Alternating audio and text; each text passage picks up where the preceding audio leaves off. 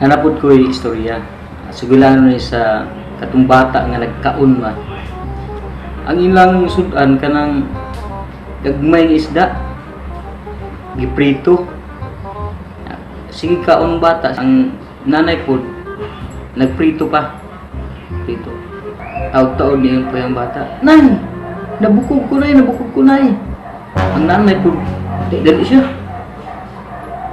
Kuha din sigsaging. Kuha niya yung iskasipi. O sige, kaon na ni. Pakaon niya. Kaon po ng anak. Ang yaon sa man, naapa ang bukog. Naapa. Oh no! Kuha mo siya. O gani, kanapa, kaon kayo para mawalang bukog. Kaon po ng anak.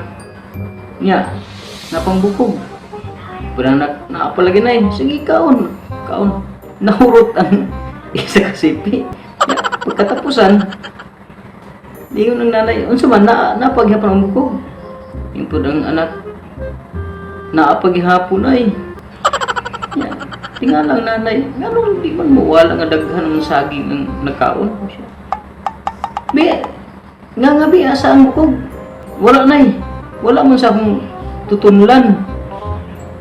Asa man ang bukog? Naadiri sa kamot. Sa kamot.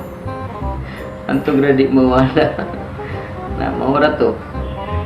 Ginagmay lugod nga kalipay. Orang ginayato.